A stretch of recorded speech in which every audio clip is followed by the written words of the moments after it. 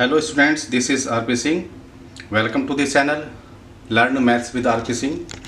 आज इस वीडियो में शिक्षा निदेशालय द्वारा उपलब्ध कराई गई कक्षा 9 गणित की वर्कशीट नंबर 21 लेते हैं। इसका टॉपिक है एक ही रेखा के समांतर रेखाएं, lines parallel to the same line. बच्चों, यदि दो रेखाएं एक ही रेखा के समांतर हों तो क्या वे परस्पर समांतर होंगी? आइए इसकी जांच करते हैं। यहाँ पर एक रेखा P है, दूसरी Q है। ये दोनों एक दूसरे के समांतर हैं तथा P R के समांतर है। तो हमें ये बताना है कि क्या Q R के समांतर होगी।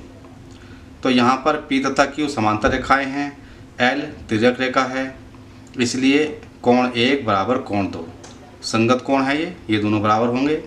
इसी तरह से रेखा P रेखा R के समांतर है, L तिर्यक रेखा है, कोण 1 बराबर कोण 3 के होगा क्योंकि ये भी संगत कोण है। तो कोण 1 बराबर कोण 2 तथा कोण 1 बराबर कोण 3 के, इसलिए कोण 2 कोण 3 के बराबर हो जाएगा।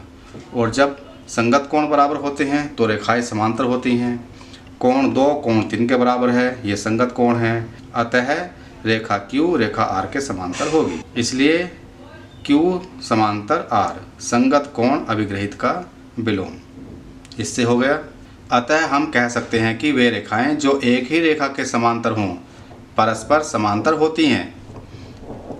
इस गुण को 2 से अधिक रेखाओं के लिए लागू किया जा सकता है।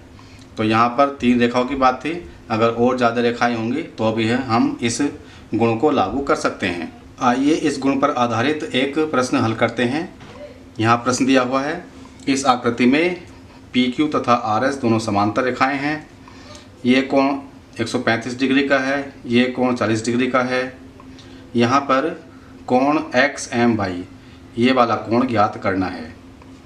तो इसके लिए क्या किया गया है, M से PQ के समांतर एक रेखा खींच दी। इसका मतलब ये AB रेखा RS के भी समांतर होगी।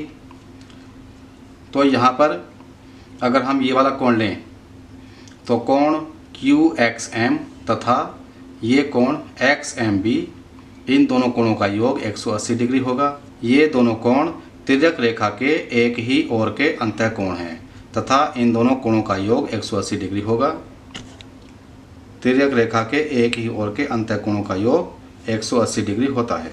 QXM की जगह 135 डिग्री लिखेंगे प्लस कोण XMB ये वाला कोण हो गया बराबर 180 डिग्री। इससे हम XMB निकालेंगे और ये 45 डिग्री के बराबर हो जाएगा। तो ये कोण आ गया 45 डिग्री। अब हम यहाँ पर देखेंगे कोण BMY ये वाला कोण, ये 40 डिग्री के बराबर होगा क्योंकि ये दोनों अंतः एकांतर कोण हैं। अब हम XMY ये कोण निकाल सकते हैं, 45 प्लस 40 85 डिग्री इसका आंसर आ जाएगा। अब आप प्रयास कीजिए। इसका पहला सवाल, इस आकृति में AB समांतर CD के है, CD समांतर EF के है, इसका मतलब AB समांतर EF के भी हो गया। या हम कह सकते हैं कि AB समांतर CD समांतर EF। Y एंड Z इन दोनों का रेशियो 3:7 है। ये Y कोण है, ये Z कोण है, इन दोनों का अनुपात 3:7 है। हमें X का मान निकालना है। X कोण यहाँ पर है, ये X है, ये Y है और ये Z है। तो यहाँ पर क्या होगा, अगर मैं यहाँ पर P बिंदु ले लूँ, यहाँ पर Q ले लूँ तथा यहाँ पर R बिंदु ले लूँ तो कोण DQR बराबर हो जाएगा कोण PQC के, कोण PQC के। इसलिए कोण DQR बराबर हो गया, ये Y के है तो Y हो गया। अब हम क्या करेंगे, Y प्लस Z बराबर 180 के होगा, Y प्लस Z बराबर 180 डिग्री के होगा। एकांतर रेखा के एक ही ओर के अंतः कोण, इनका योग 180 डिग्री होता है। लेकिन यहाँ पर Y तथा Z का अनुपात दिया है 3:7। तो यहाँ पर हम मान सकते हैं कि Y बराबर 3A, Z बराबर 7A। यहाँ इसका मान रखेंगे, 3A प्लस 7A बराबर 180 डिग्री। 10A हो जाएगा ये 180 डिग्री के तथा A बराबर 18 डिग्री आ जाएगा। तो यहाँ से हम निकाल सकते हैं z बराबर 7a है, तो 7 गुणा 18 डिग्री के गुणा करके 126 डिग्री आ जाएगा। ये z का मान हो गया। अब हम देख रहे हैं कि ये जो कोण बन रहा है यहाँ पर x बराबर z के होगा, z की आकृति बन रही है ये, तो ये कोण और ये कोण बराबर होंगे। x बराबर z के एकांतर अंतः कोण, एकांतर अंतः कोण, तो x इजिकल टू 126 आ जाएगा क्योंकि z की वैल्यू 126 डिग्री आई है, तो ये इसका आंसर होगा। क्वेश्चन 2 है आकृति 5 में यदि PQ समांतर ST, PQ ST के समांतर है, ये कोण 130 डिग्री का है, ये कोण 110 डिग्री का है, हमें यहाँ पर QRS ज्ञात करना है, QRS ये कोण ज्ञात करना है।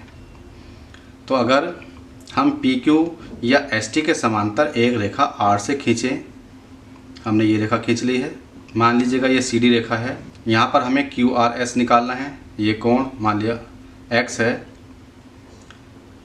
ST समांतर CD के, SR ट्रांसवर्सल तिर्यक रेखा, इसलिए ये कोण और ये कोण तिर्यक रेखा के एक ही ओर के अंतः कोण हैं। मान लीजिएगा ये कोण y है, तो y प्लस 130 डिग्री बराबर 180 डिग्री के होगा। तिर्यक रेखा के एक ही ओर के अंतः कोण यहाँ पर ये आ जाएगा, तो y is equal to 180 degree minus 130 degree, तो y is equal to 50 degree आ जाएगा। अब हम यहाँ पर देख रहे हैं, यहाँ पर आकृति ये बन रही है z की, इसलिए ये कोण और ये पूरा कोण अंतः एकांतर कोण है। अतः x प्लस y बराबर 110 डिग्री एकांतर अंतः कोण,